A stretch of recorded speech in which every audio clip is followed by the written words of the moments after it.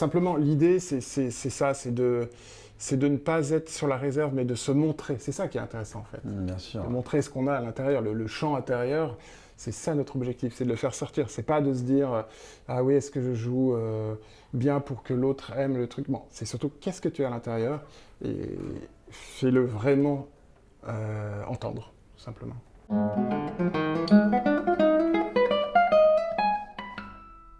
Salut les guitaristes, j'espère que vous allez bien. Ici, on se retrouve à la Guitaria pour cette 23e édition du Dessous des cordes. Je vais réussir à le dire tellement il y en a. Avec Jérémy Jouve cette fois-ci. Bonjour. Salut Benjamin. Comment tu vas? Eh ben, écoute, très bien, merci de ton invitation. Avec grand plaisir. Alors surtout que Jérémy Jouve, quand même, c'est un peu l'annexe du CR de Paris où tu enseignes derrière ici. Là.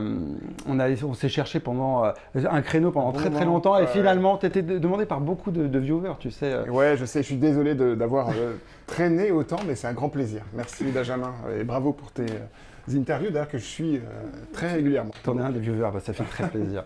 Alors, moi je suis très heureux de te recevoir parce que tu es un guitariste français d'excellence, tu as un parcours d'excellence, etc. Tu as fait les plus grands d'école, tu as gagné les plus gros concours, et en même temps tu as une personnalité guitaristique très audacieuse où à l'époque, quand même, tu as fait une collaboration, on peut dire ça, avec Mathias Duplessis. Oui. Où tout le monde se demandait, mais qui est ce monsieur, etc. Et puis maintenant, c'est un ami, je crois. Et, oui, tout à fait, et c'est une collaboration qui est dure. Et je trouve que c'est vraiment un marqueur de ton identité artistique. En plus des tournées internationales que tu fais, avec des concertos, des solos, etc. Et de la musique de chambre, on va parler de tout ça, je pense. Mais avant tout ça, est-ce que tu peux toi-même te présenter, Jérémy ? Eh bien, alors me présenter, eh bien, c'est toujours un exercice un peu particulier, mais alors je suis musicien, guitariste. Je dis ça parce que la guitare c'était un peu mon moyen d'expression, mon moyen musical que j'ai trouvé pour m'exprimer, mais je pense que j'avais surtout envie de faire de la musique au départ. J'ai un frère pianiste, ça y est, je commence à détailler les choses. J'ai un frère qui est pianiste, qui a 2 ans de plus que moi, et donc à l'origine, je voulais être musicien comme lui, pianiste également. Et c'est un petit peu par hasard que je suis tombé sur la guitare, et dedans la guitare, si on peut dire. Et voilà, donc j'ai la chance de vivre de la musique, comme nous tous, depuis plus de 20 ans maintenant, donc je pense que c'est une chance assez incroyable, et c'est un bonheur de vivre de sa passion. Et donc je suis concertiste, comme tu disais, et professeur, comme tu le disais également, au CRR de Paris, juste à côté, et pôle supérieur de Paris, Boulogne-Billancourt. C'est vrai. Qu'est-ce que je voulais dire, ton frère, tu voulais faire du piano à la base, toi aussi ou... Oui, bah en fait, voilà, il est de 2 ans, mon aîné. Il y avait un piano à la maison? Comment? Il y avait un piano à la maison? Il y avait un piano, enfin, le piano est arrivé au moment où mon frère s'est mis à étudier la musique. Et oui, je crois que naturellement, j'avais envie de faire comme lui. Bon, et puis mes parents rapidement m'ont orienté vers un autre instrument, parce qu'avoir deux pianistes à la maison, ça pouvait être un peu compliqué en termes de session de travail, on va dire. Et voilà, la légende dit que j'ai vu, je me souviens très bien, j'ai vu un concert avec une guitare et un chœur, et j'ai dit, ah, je veux faire ça, voilà. T'aurais pu être au chant, mais t'as décidé de prendre la guitare. Oui, en fait, exactement. Ouais. Mais bon, c'est vrai que donc c'était vraiment un hasard, je dois dire. Et après, par contre, dès le début, j'étais super fier en rentrant de mon premier cours de montrer les cordes à vide à mes parents. Enfin voilà, j'ai tout de suite, j'ai vraiment plongé dedans, quoi. Trop bien. Et par hasard, hein, finalement, est-ce que tes parents sont musiciens, toi, non? Non, alors j'ai une mère qui a étudié un peu le piano. Je pense qu'il se débrouillait très bien et qui, pour des raisons géographiques, financières, voilà, a dû arrêter ses études puisque le prof de piano du village est parti à la retraite, il n'a pas été remplacé. Donc voilà, il y a quand même ce petit précédent, mais sinon ils ne sont pas du tout dans la musique. Ouais. Comme quoi c'est possible pour ceux qui nous écoutent. Oui, tout Comme à quoi fait. c'est possible. Non, c'est un sacré hasard que mon frère et moi-même, on est 2, donc 2 enfants dans la famille, et soyons musiciens professionnels, puisque mon frère est professionnel également. Très bien. Alors aujourd'hui, j'aimerais qu'on parle un petit peu de ton identité artistique. Quel guitariste et quel musicien es-tu finalement, pour ceux qui ne te connaissent pas et qui ne suivent pas tous tes projets. Et voilà d'où tu viens, etc. Et puis, je vous ai demandé des questions sur Instagram pour justement quelles étaient les questions que vous aviez pour Jérémy. J'en ai eu pas mal pour toi, donc voilà, vous allez voir comment il se prépare, etc. Et puis tu as des choses à nous montrer sur ta guitare, enfin plein de choses intéressantes. Puis comment est-ce qu'on vit justement cette vie de de concertiste international parce que t'es pas tout le temps en Europe non plus, quoi. Donc même pour les cours, comment est-ce que tu fais au quotidien pour arriver à gérer tout ça parce que la journée ne fait que 24 heures et puis il faut arriver quand même à s'organiser. Ça aussi, c'est un vrai challenge, je pense. Oui. Voilà, on fait un peu, on fait comme on peut. Non, j'essaie de faire au mieux. C'est vrai que c'est pas évident. Voilà, on a tous des vies bien remplies. C'est vrai que le cumul des cours, être professeur, c'est un emploi à temps complet. Là, en plus, c'est vrai qu'au CRR de Paris, au pôle supérieur, ce sont des élèves qui viennent de l'étranger pour certains, enfin qui veulent être professionnels. Donc, il y a quelque chose qui dépasse, entre guillemets, le simple cours de 1 heure, ce qui est déjà bien, mais bon, tu vois ce que c'est, avec des programmes importants.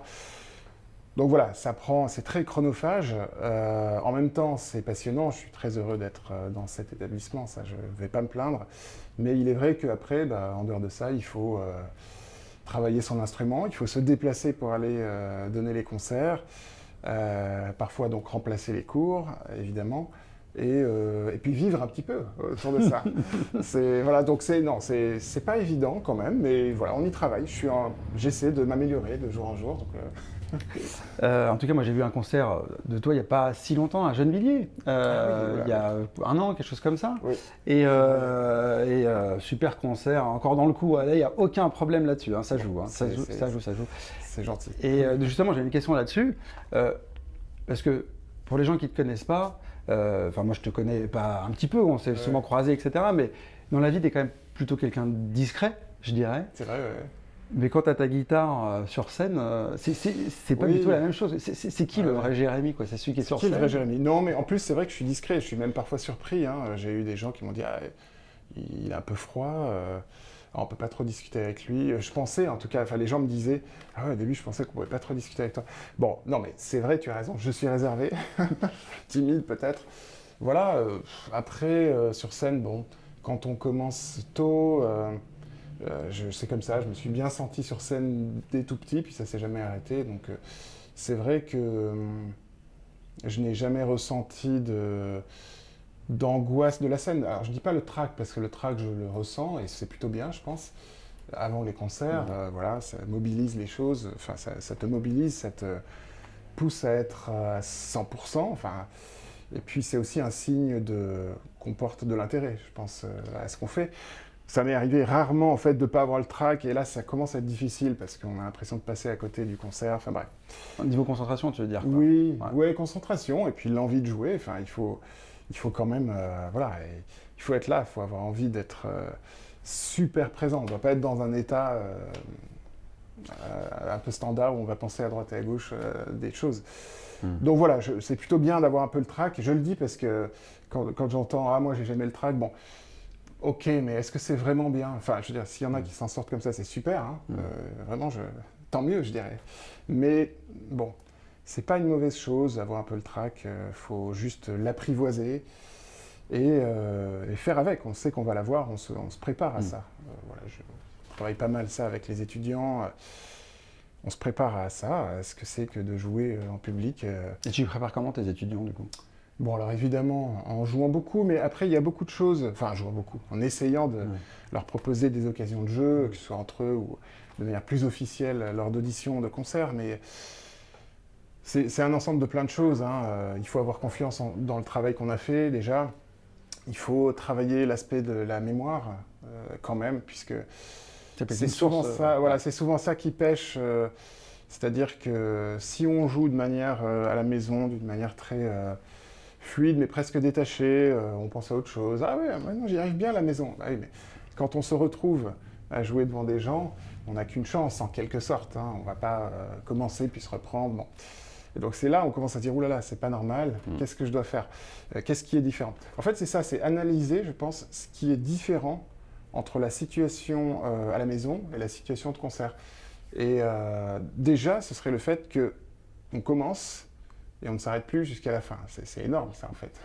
Et parfois, dans le travail, je crois que très souvent, on joue et puis on s'autorise immédiatement à reprendre. Bon, il faut évidemment reprendre les passages, mais il faut pas aussi, quand on rôde, en tout cas. Voilà, pas quand on rôde, mais même quand on travaille, il faut parfois, je pense, essayer d'aller au bout d'une phrase, par exemple. C'est-à-dire que comment dire en français, on deal, j'allais dire, mais en français, on gère. l'erreur, puisque on fait tous des erreurs, même si elles sont infimes, des choses qu'on n'a pas trop attendues. Plutôt que de se dire, ah là, ça va pas, on gère, on apprend à passer outre et à voir plus loin, et finalement rester dans la musique. Tu vois, alors que le côté je joue, puis je m'arrête, et puis je me reprends, et sans même me rendre compte à la maison, ça c'est un truc terrible, puisque après on se sent évidemment pas très bien sur scène. Donc voilà, il y a ces aspects-là. L'aspect de la mémoire, c'est important. Alors ça peut être très long de parler de tout ça, donc Non, mais c'est hyper intéressant.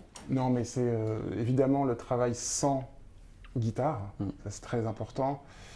Peut-être que j'aurais dû dire même en premier le travail de connaissance de ce qu'on fait sur la guitare, c'est-à-dire les doigtés de main gauche, bon, souvent ça va à peu près, mais doigtés de main droite, souvent, c'est un peu laissé au placard.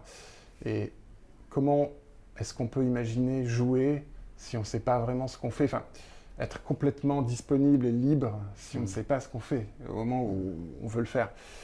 Surtout si on fait des doigtés différents à chaque fois. Exactement. Voilà. Donc c'est juste pendant la séance de travail, bien apprendre à savoir ce qu'on fait en fait, c'est-à-dire écrire les doigtés de main droite, ça beaucoup je le dis aux étudiants, ils n'aiment pas trop ça, mais puis à un moment ils se disent ah ouais c'est quand même pas mal finalement. Et toi tu le fais pour toi? Oui. T'écris quasiment toutes tes musiques? Beaucoup, ouais, je fais ça quasiment, j'allais dire c'est presque trop, mais non, faut pas dire ça.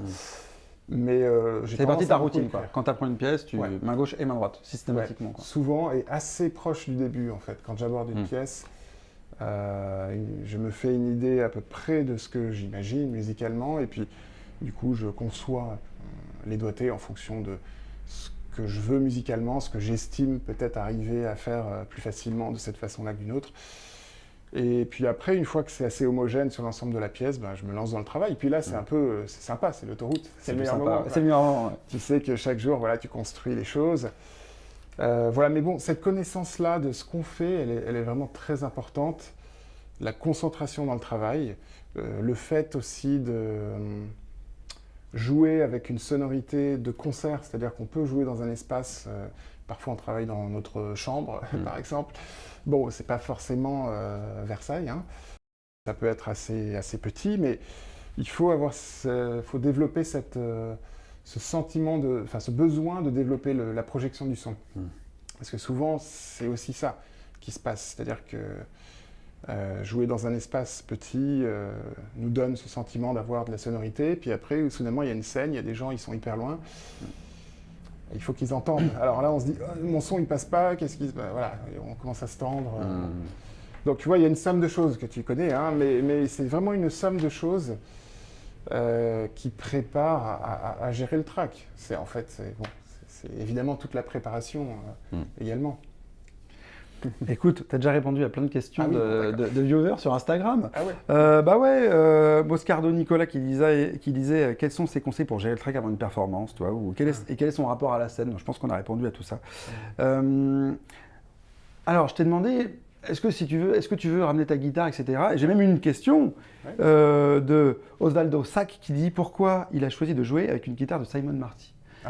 Alors, je t'ai dit de ramener ta Simon Marty. Et non. Je ne l'ai pas ramené. Non, pourquoi c'est vrai que c'est il y a très longtemps, hein, parce que j'étais aux États-Unis. Premier à jouer sur Simon Marty en France, non? Peut-être, oui, c'est vrai, peut-être. Effectivement, il y en avait peu, en tout cas, c'est sûr. Et je pense que donc j'ai eu 2 Simon Marty. Une a été détruite dans un avion, hein, voilà. Ah, c'est vrai, je me souvien. Dans une boîte Caroua, pourtant. Ouais. Exactement, ouais. Donc c'est comme quoi rien ne résiste au tact de certains personnels d'aéroport. Et non, cela dit, avant que ça arrive, j'ai vu ma guitare, elle était sur le toit. D'ailleurs, je crois que Gabriel Bianco, j'ai vu qu'il avait partagé une petite vidéo exactement la même chose. Donc, je crois qu'il a eu une chance par rapport à moi. La dernière répète, elle était entière, sa guitare. Ouais, donc la guitare était, j'ai vu la camionnette qui sortait parce que j'avais dû checker la guitare, la mettre en soute.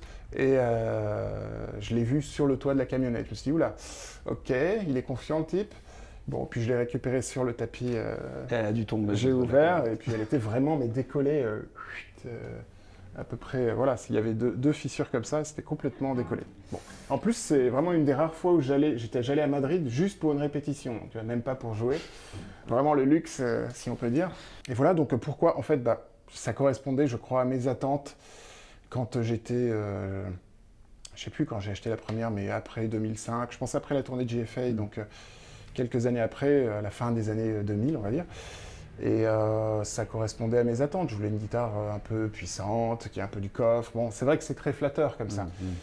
Et avec les années, alors c'est une guitare qui reste vraiment très fonctionnelle. Enfin, c'est efficace. Ouais, voilà, efficace, effectivement. C'est un bel instrument d'une certaine manière, mais c'est plus ce que je recherche. Alors qu'est-ce que tu recherches? Tu as ramené cette guitare, qu'est-ce que c'est que cette guitare? Alors, ça c'est une guitare donc, de Jacques Vincenti, luthier de Genève, qui fait principalement de la restauration de guitares anciennes.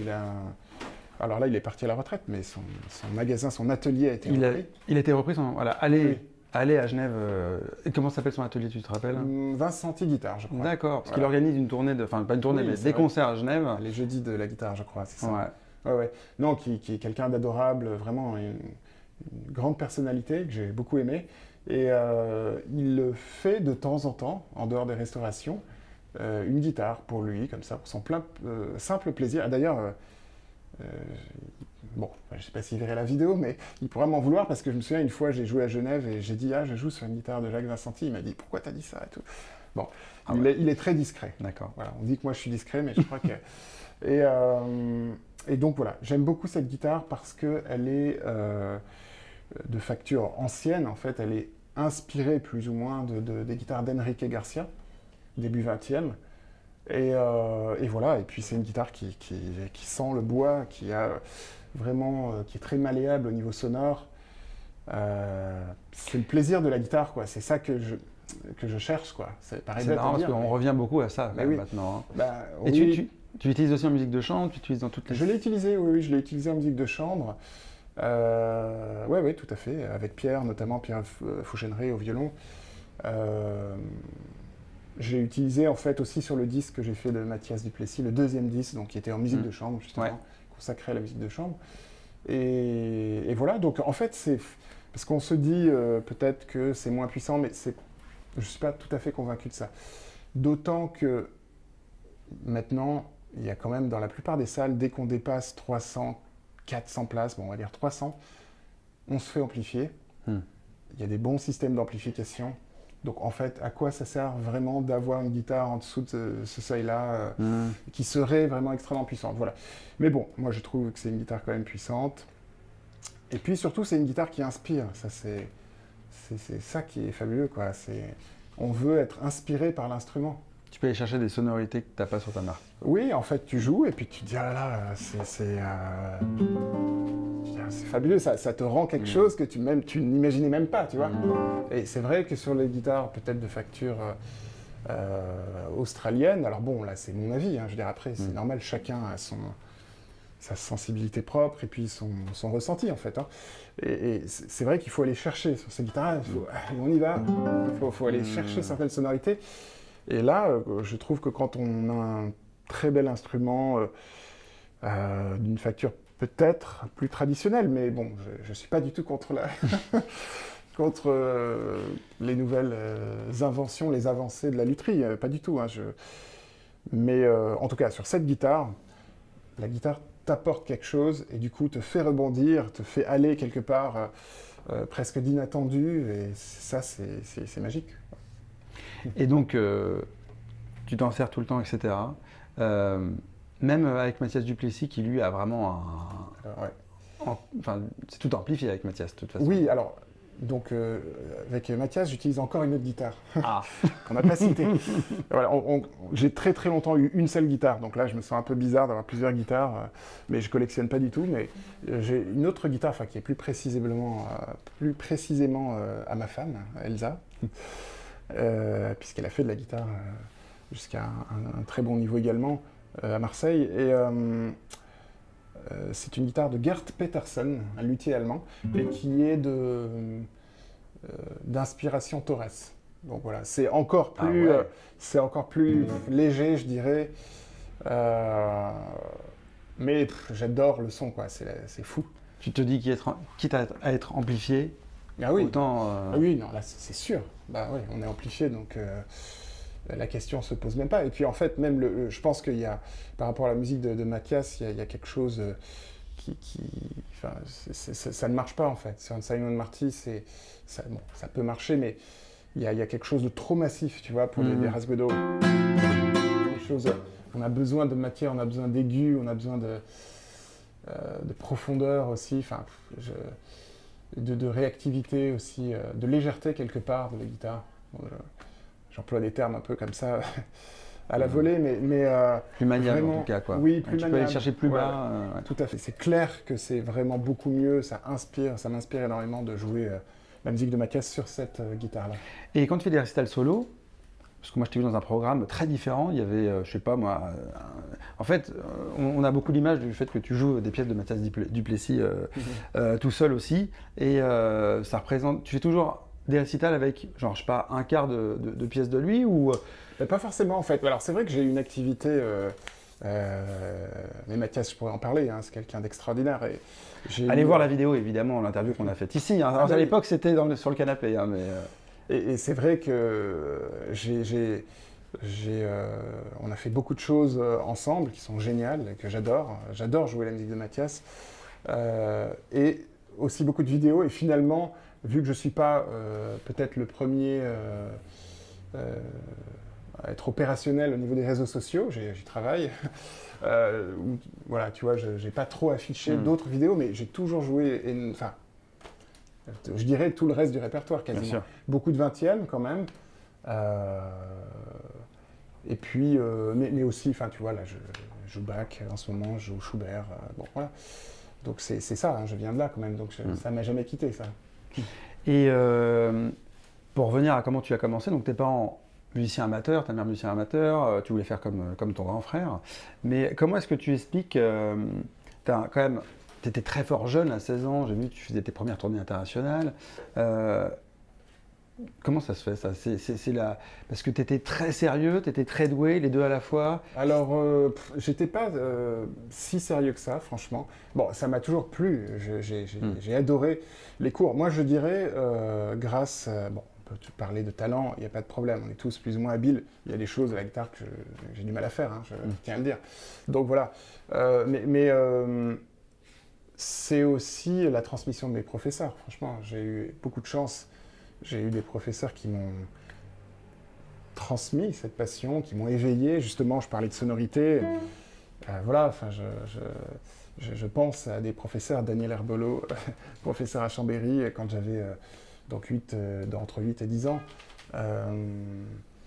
C'était quelqu'un qui faisait, tu vois, je prenais des cours parfois chez lui et il faisait lui-même, il fabriquait des luttes, des clavicordes, tu vois.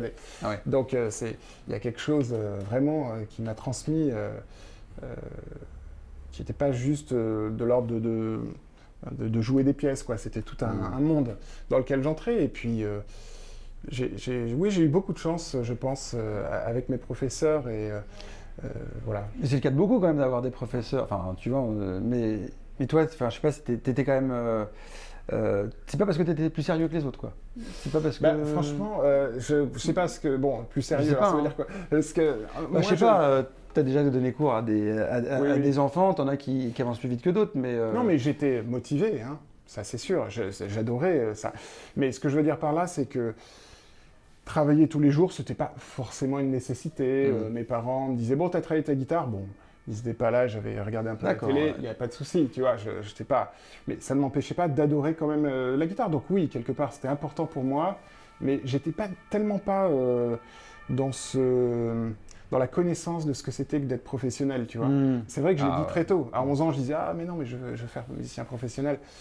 Mais je ne savais pas ce que c'était. En fait, mes parents d'ailleurs ont insisté pour que j'aie mon bac. J'ai fini le conservatoire tôt, j'avais 13 ans, un truc comme ça. Et après, j'ai pris des cours particuliers avec Eric Francery pour attendre d'avoir le bac, tu vois. D'accord. Mais du coup, j'étais... voilà, j'ai très peu vu de... Alors, j'ai vu des concerts de musique, bien sûr, mais de guitare, très peu. Eric avait organisé des séries de guitare, donc j'ai vu 2-3 choses, Sharon Isbeen, etc. Mais je n'étais pas du tout dans le coup ni dans la connaissance. En fait, je me souviens même que quand j'avais 15 ans, je crois, j'avais gagné l'année auparavant le concours René Bartoli en niveau excellence qui était en dessous. Puis l'année d'après, logiquement, tu vas faire le concours des grands. Des grands, voilà. Et donc, je me souviens que le concours avait lieu peut-être, on va dire, fin juin ou début juillet, je sais pas. Et à partir de début juin, j'avais travaillé 1 heure ou 1h30 ma guitare par jour. Mais j'étais super fier de mon truc, tu vois. C'était genre, là c'est bon, j'ai travaillé à fond, quoi. Bon, voilà, j'ai pas passé le premier tour. Retour à la réalité, c'est Voilà, ouais, j'ai appris là. Je me suis dit, ah oui, d'accord, c'est pas ça en fait. Donc, tu vois, pour dire un peu, je n'étais pas du tout dans une connaissance de ce que ça impliquait.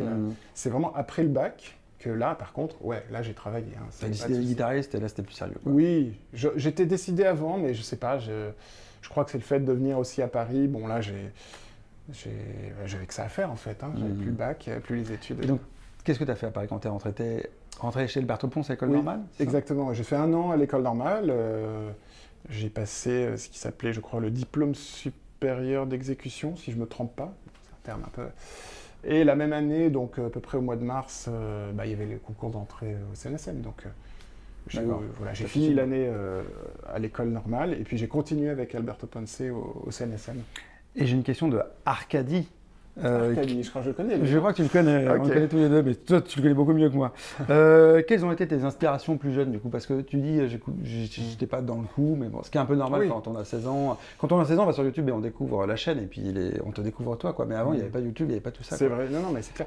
Bon, écoute, mes inspirations, mes professeurs, j'y reviens, vraiment, parce que c'était les seuls guitaristes que je voyais, évidemment. Bon, il n'y avait pas une même concentration de guitaristes. Là, j'étais en Savoie. Mais je dois dire aussi que, tout à l'heure, tu vois, je parlais de mon frère parce que ça a été un peu fondateur pour moi, je pense.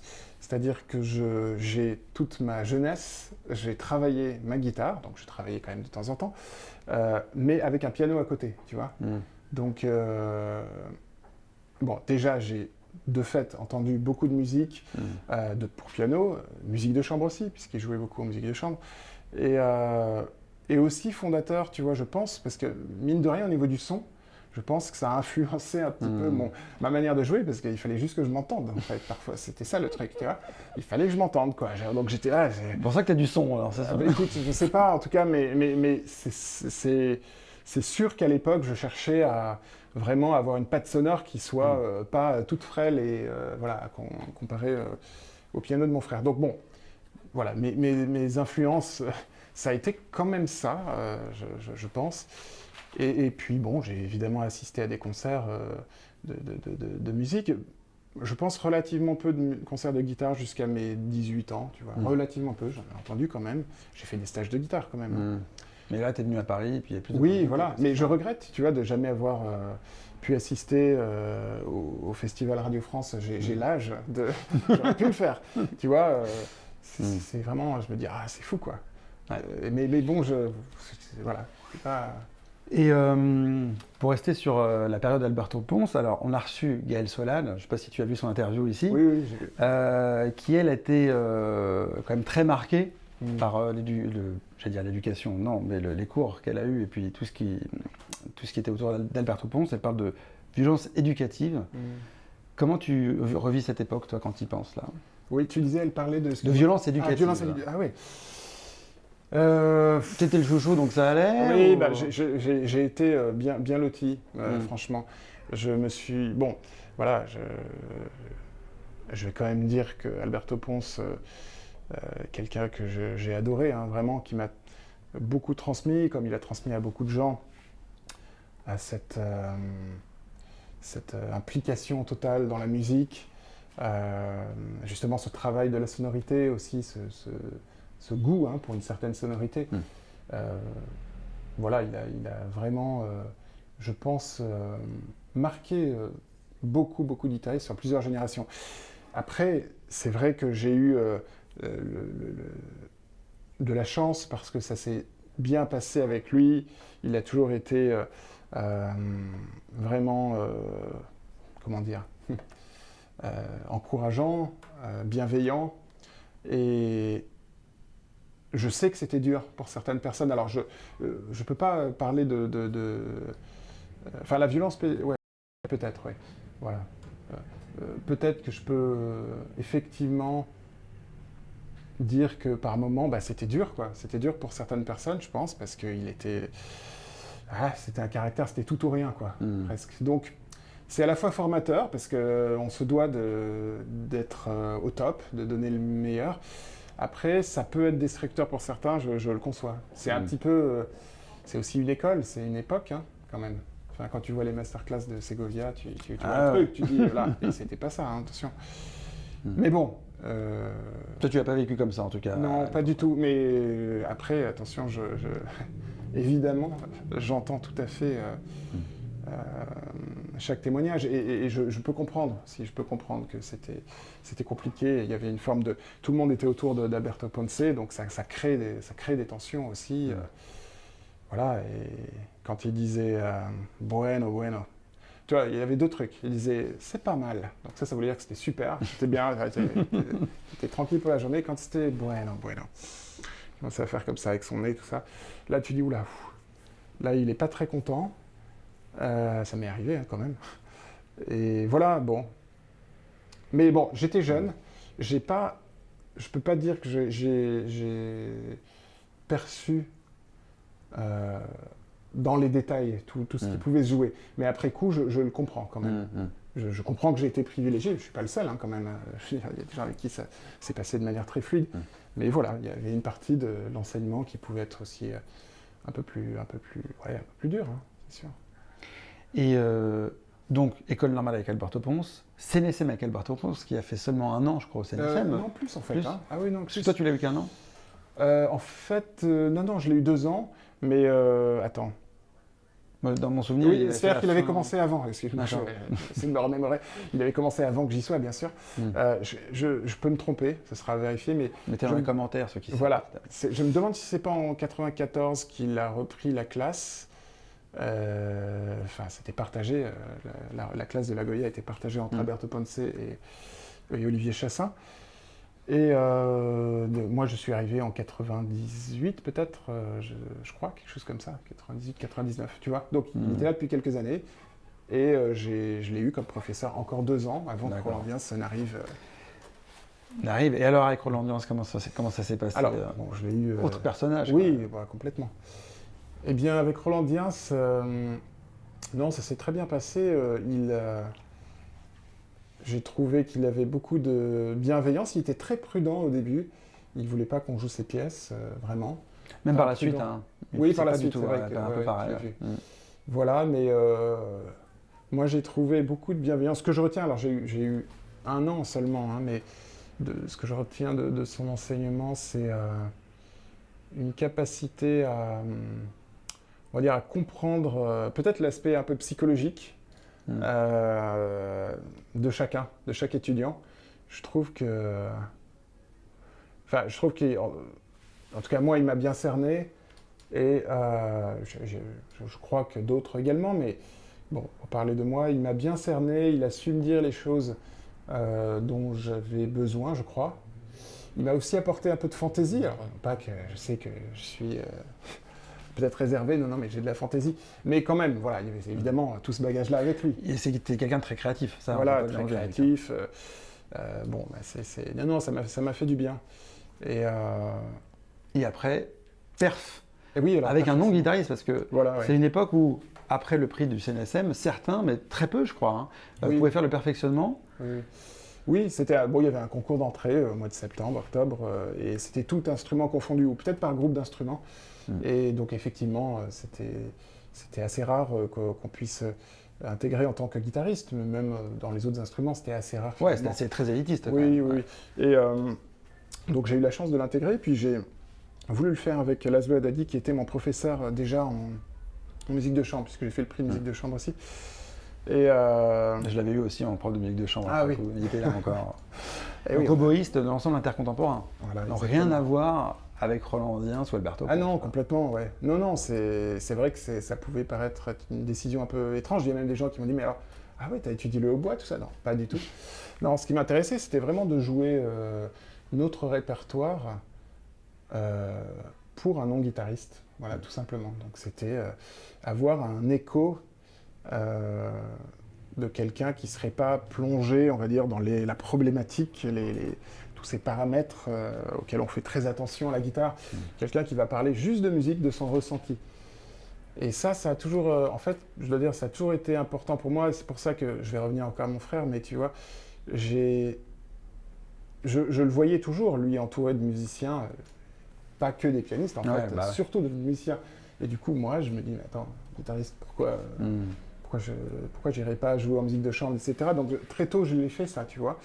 Et j'avais absolument envie qu'on me dise, mais alors, Joue plus fort, joue plus Ouais, vite. ouais, peut-être pas ça, mais en tout cas, j'avais envie qu'on me dise, ouais, quel effet ça fait, qu'est-ce qu'ils en pensent, quoi, tu vois. On a toujours à être, si on est un peu trop entre soi, c'est compliqué d'être confiant aussi, et puis c'est bon. J'ai trouvé ça très intéressant, vraiment, d'apprendre de quelqu'un comme ça. Hmm. Et c'est avec lui que tu as préparé le concours GFA? Je crois que oui, effectivement.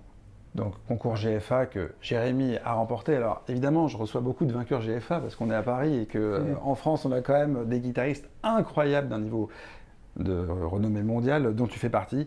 Et parce que voilà, comme je dis, je voyais Raphaël Feuillâtre la dernière fois, et puis voilà, c'est presque courant quand on est français de gagner GFA, mais pas du tout, pas du tout, pas du tout. Et donc en fait, tu as préparé GFA avec un non-guitariste et tu y allais en mode. Tu faisais beaucoup de concours à cette époque-là ou t'en as sélectionné vraiment que quelques-uns? C'était quoi ton. Non, j'ai pas fait beaucoup de concours, hein, franchement. Voilà, je sais pas, j'ai peut-être fait une dizaine, douzaine, je sais pas, honnêtement, il faudrait que je compte. Mais guère plus, ça c'est sûr. C'était bon, un des concours importants déjà à l'époque, donc j'ai fait des concours, puis j'ai eu un peu la chance, parce que j'ai eu comme ça, j'ai commencé à avoir des troisièmes prix, puis après des seconds, puis après j'ai fini avec 2 premiers prix, je me suis dit, hop, c'est bon, j'ai fini avec JFA, bon voilà. Et évidemment, bon, c'est un des rares concours qui offre quand même quelque chose de très concret, une tournée d'une 50aine de concerts, un enregistrement en Axos. euh, bon, voilà. Et puis tout le monde dans le monde de la guitare, dans le monde, te connaît, quoi. Oui, c'est une carte de visite Ouais. quand même assez exceptionnelle.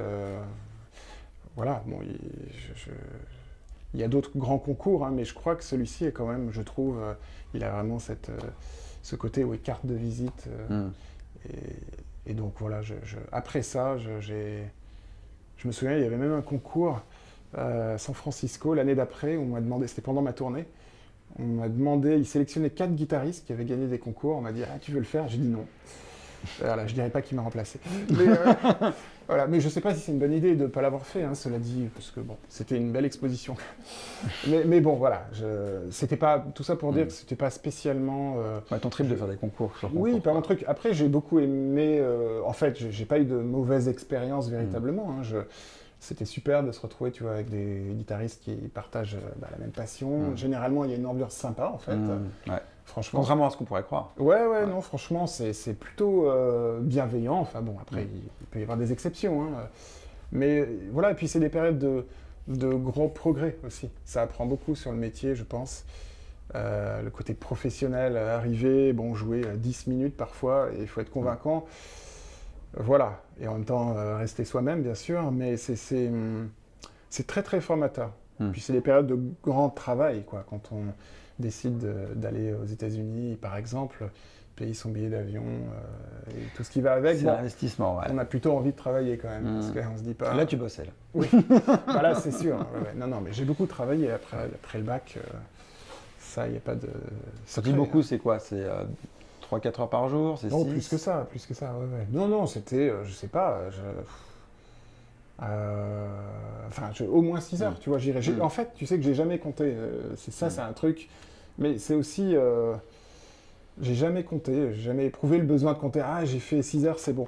Non, je me suis toujours plutôt posé comme objectif de me dire tiens, je pense avoir progressé dans cette séance de travail. Tu vois c'est plutôt ça. Et bon, alors bien sûr, il y a un minimum. Si je travaille 2 minutes et que je dis que j'ai progressé, ok, mais bon, voilà. Non, il y a un minimum, mais jamais j'ai mis le chronomètre, quoi, parce que... Enfin, bon. Ouais. Pour moi, ça aurait été un mauvais signe. Ça voudrait dire que oula, je suis en train de regarder ma montre toutes les 2 secondes. Tu vois, c'était pas comme ça que je pouvais le faire. Voilà. Et Je t'ai parlé un petit peu, peut-être, est-ce que tu peux nous montrer l'exercice de technique ou quoi? Il y a des questions justement à ce sujet-là sur Instagram de JLG Olivier qui demande quel est son secret pour sa technique de main droite, tu vois. Ou alors il y a Gaël Tomaso, quelle est la première chose que tu fais avec ta guitare chaque jour? Je te dis les trois, comme ça tu choisis. Et il y a Sotiris Guitare, qu'on salue, Sotiris Athanasiou. On ne sait pas qui c'est, non. Qui a dit, qui demande comment se prépare-t-il avant une performance ou un enregistrement. Ok, bon, c'est intéressant tout ça. Hein. Bah ouais. Est-ce que je réponds Je reprends ce que tu veux. Tu crois que j'ai déjà oublié la question, tu vois? Non, mais tes secrets pour la main droite. Ah oui, bon. Oui, non, bah, secret, bon, je sais pas s'il y a des secrets, mais après, je peux, pour la main droite, peut-être parler d'une chose que je partage souvent avec les étudiants, c'est une chose importante, c'est dans la production du son. Donc bon, en fait, voilà, le son, c'est l'âme de ce qu'on fait, c'est la voix, en fait.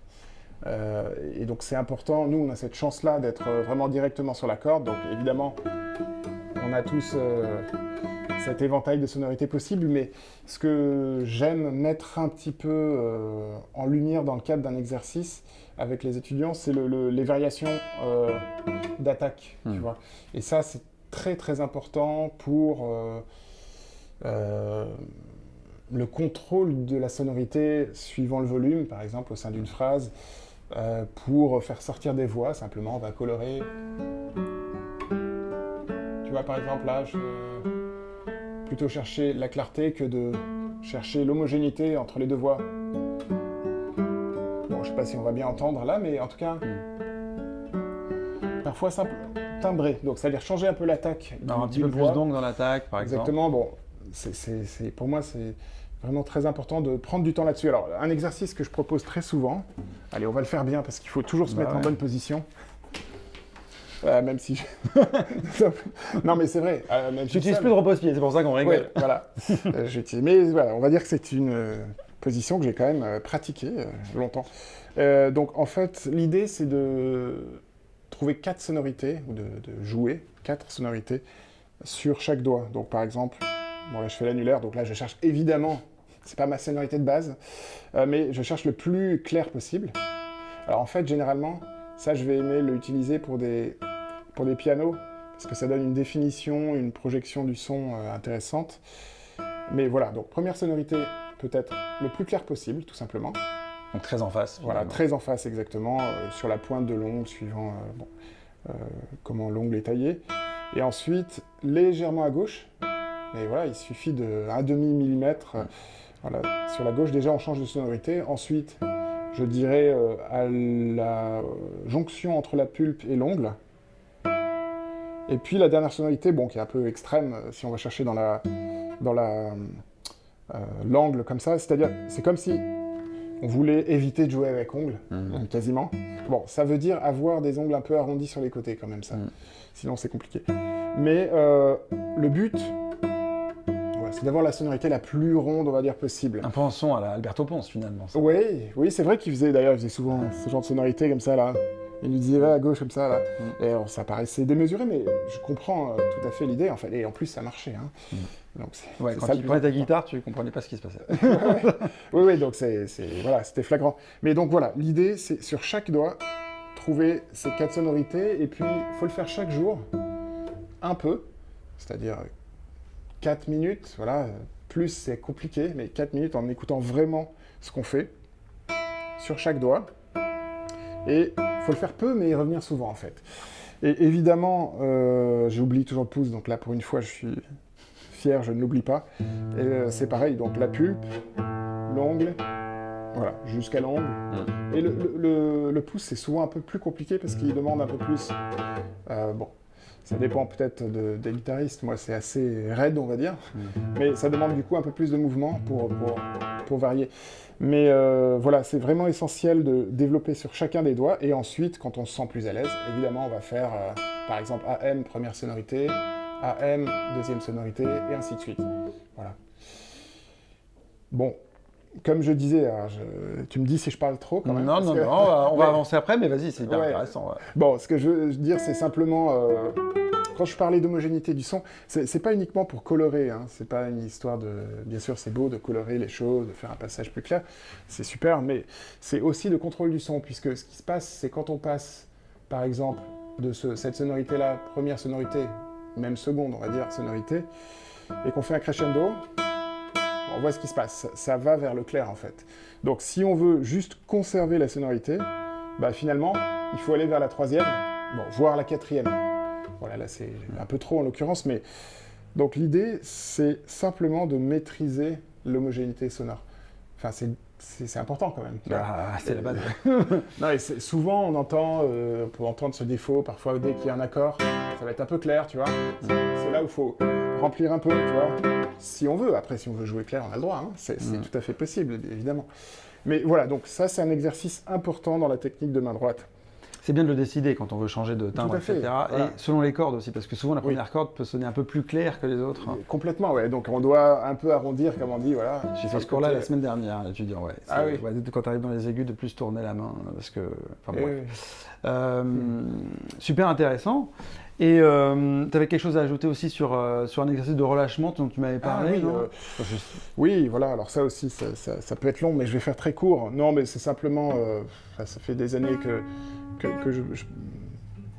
j'essaie de voir ça avec mes étudiants, mais c'est cette idée que, c'est vrai que quand on apprend la guitare, on peut jouer... Bon, c'est bien déjà de le jouer, mais finalement, on ne nous dit pas, mais attention, tu es en train d'appuyer beaucoup trop, etc. Bon, c'est normal, on ne peut pas tout voir au début, quand même. Mais, cela dit, il y a un moment où c'est bien de se poser la question, de se dire, tiens, en fait, donc là, par exemple, si je fais l'exercice en question, je joue donc avec pas mal de projections, cette envie de projeter. Bon, évidemment, là je mets pas de pression, donc ça sonne très mal. Mais tu poses bien le bout du doigt, important. Oui, tout à fait, oui. Bien ça, comme ça, arqué. Et puis petit à petit, on va vers la pression. Alors là, c'est insuffisant. J'essaie de me dire, ça y est, là, je passe le cap. Donc là, je peux appuyer 10 fois plus, ça ne servira à rien, à part me rendre la vie compliquée. Donc l'idée, c'est dans le cadre de ce jeu, tu vois, c'est un jeu. Cet exercice, c'est de vraiment jouer avec cette limite. C'est-à-dire que pour une fois, on a le droit de faire friser plus que d'habitude. Voilà. Et on passe en dessous et on revient au-dessus. Et parfois, on se rend compte que dès le début, on le fait, mais en fait, c'est soit on, soit off, quoi. On est là, ok, c'est où entre les deux, voilà. Donc ça, c'est vraiment très intéressant de s'exercer à trouver cette limite-là. Et toujours, ça c'est aussi essentiel, quand on fait ces exercices sur la détente, toujours avoir une bonne projection, parce qu'en fait, si on fait « Ah ouais, je suis super détendu, c'est génial », et puis on se retrouve sur scène, on a envie de jouer un peu, de s'impliquer, et ben il y a tout qui se devient tendu de nouveau. Donc voilà, ça c'est un truc à ne pas oublier. Et, bon.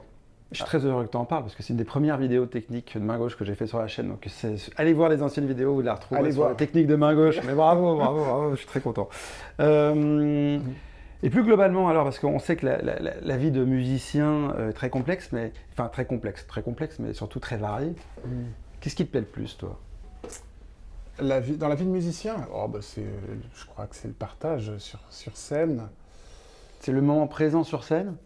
Oui. C'est les répètes avec tes collègues, avec des collègues, c'est tout seul dans ta chambre à travailler ta technique tous les matins.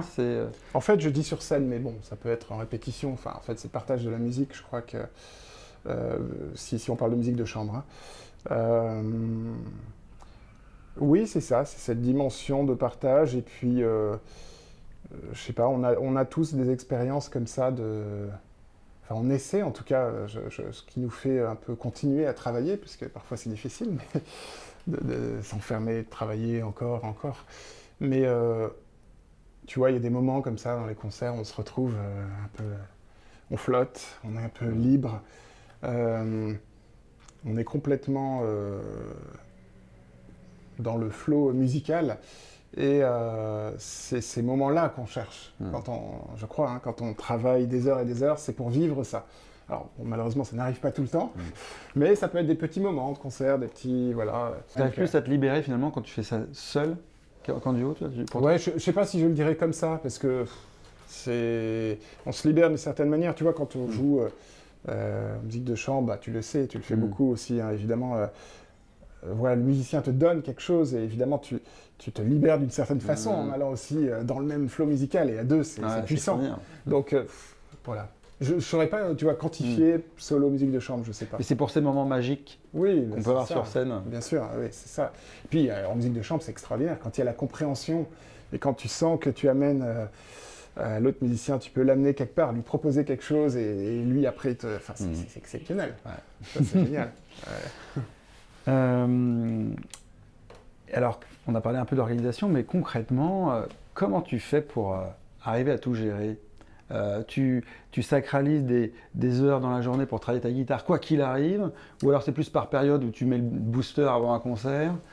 Eh bien, alors, pendant un moment, ça a été comme ça, un peu plus par période, avant les périodes de concert. Après, étant donné qu'il y a de plus en plus de choses, je parle même au niveau familial, tu vois, j'ai une petite fille.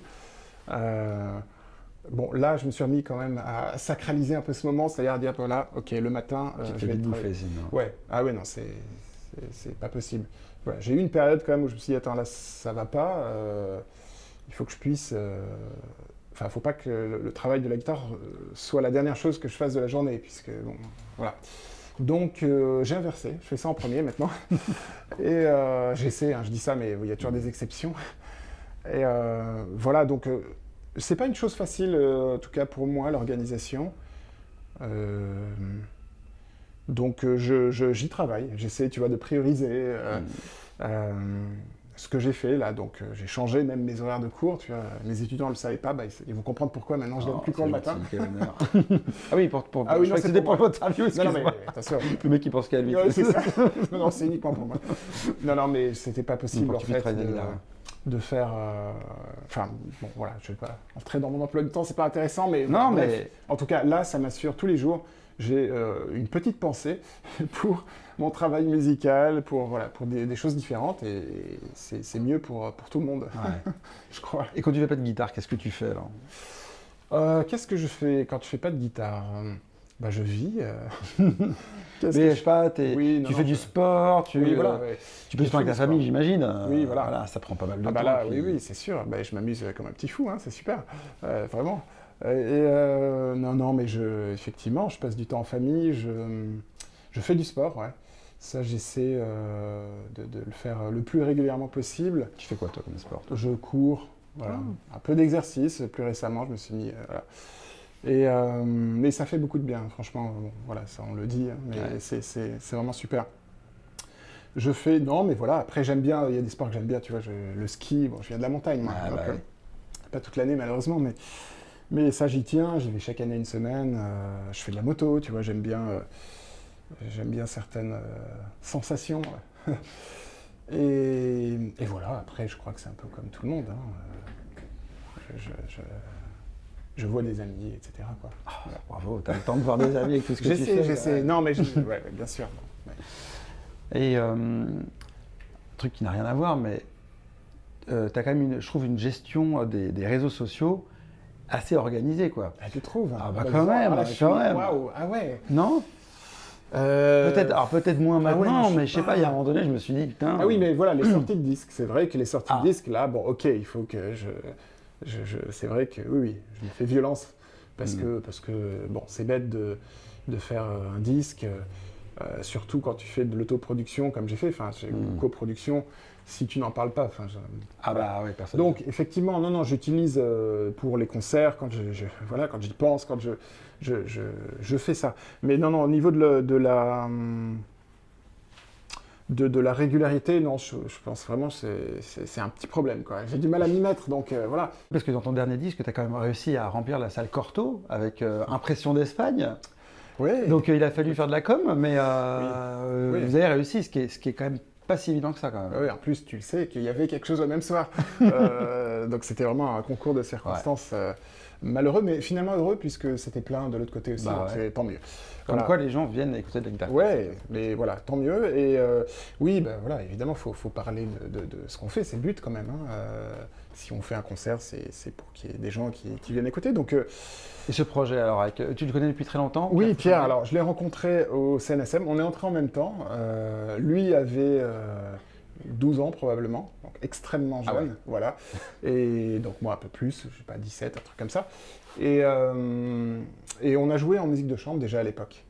Puis les années ont passé, on s'est toujours retrouvés régulièrement pour des concerts un peu isolés. Et voilà, on a vraiment ce plaisir à jouer ensemble.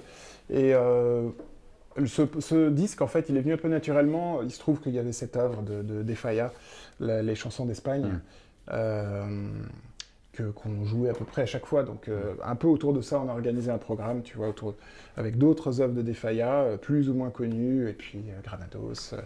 Et les Pablo de Sarrazat aussi, ça c'est pas mal du tout. C'est sympa. Ouais, c'est super. Concert, c'est génial. Ça. Tu fais aussi pas mal de concertos parce que tous les guitaristes ne font pas des concertos et des commandes à des compositeurs actuels, vivants, de renom. Je pense à Thierry Esquèche par exemple. Ouais.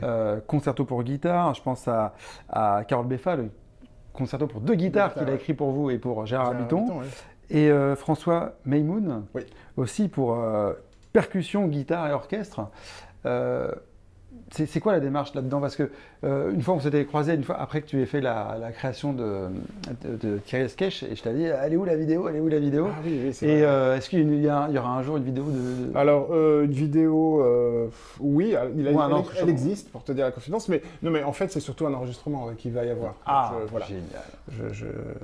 J'ai hâte. Et je pourrais en dire plus bientôt, j'espère. mais oui, comment c'est venu, peut-être par rapport à ça, dire que la création, c'est extrêmement important, je pense. Non pas que je sois la personne qui fasse le plus de création, hein, mais c'est vrai que j'incite beaucoup les étudiants, tu vois, à travailler avec les classes de composition. Ça fait plusieurs années là, que certains créent des œuvres. C'est important pour nous, guitaristes, continuer du mieux qu'on peut à développer le répertoire de la guitare. Il y a des grands artistes qu'on connaît tous, évidemment, Julian Bream, etc., qui ont fait des choses, c'est la folie, quoi. Donc, et on peut les remercier, quoi, vraiment.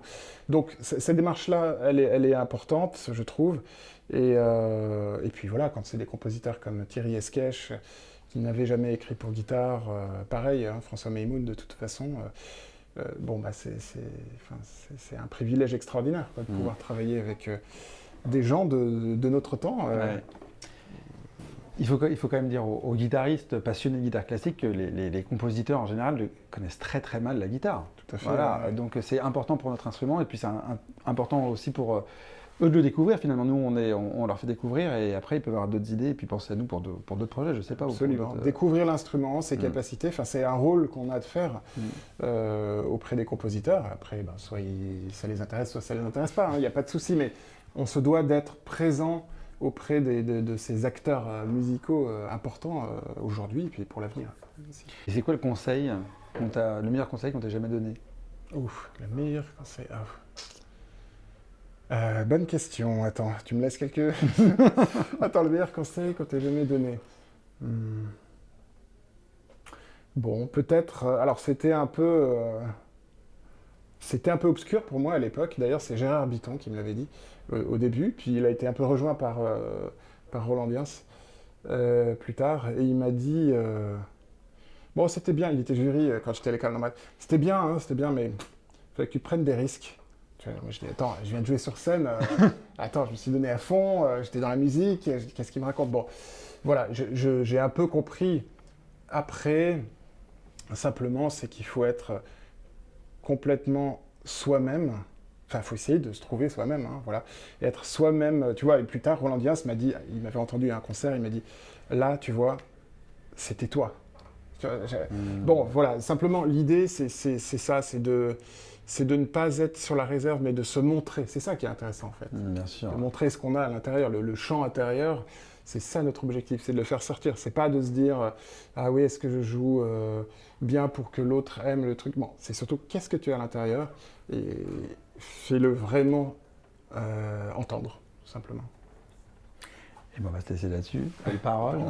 En tout cas, on est toujours pour ces interviews, vous savez, à la Guitaria. Donc je voudrais remercier Orlando qui nous a ouvert les portes de la Guitaria ce soir, Maxime qui est derrière les caméras, comme très souvent. N'hésitez pas à mettre le petit like sur la vidéo parce que ça aide à ce que la vidéo elle soit plus virale et que tout YouTube soit inondé de l'interview de Jérémy. En tout cas, merci beaucoup. Merci Jérémy. Merci Benjamin. Au revoir et belle musique à vous.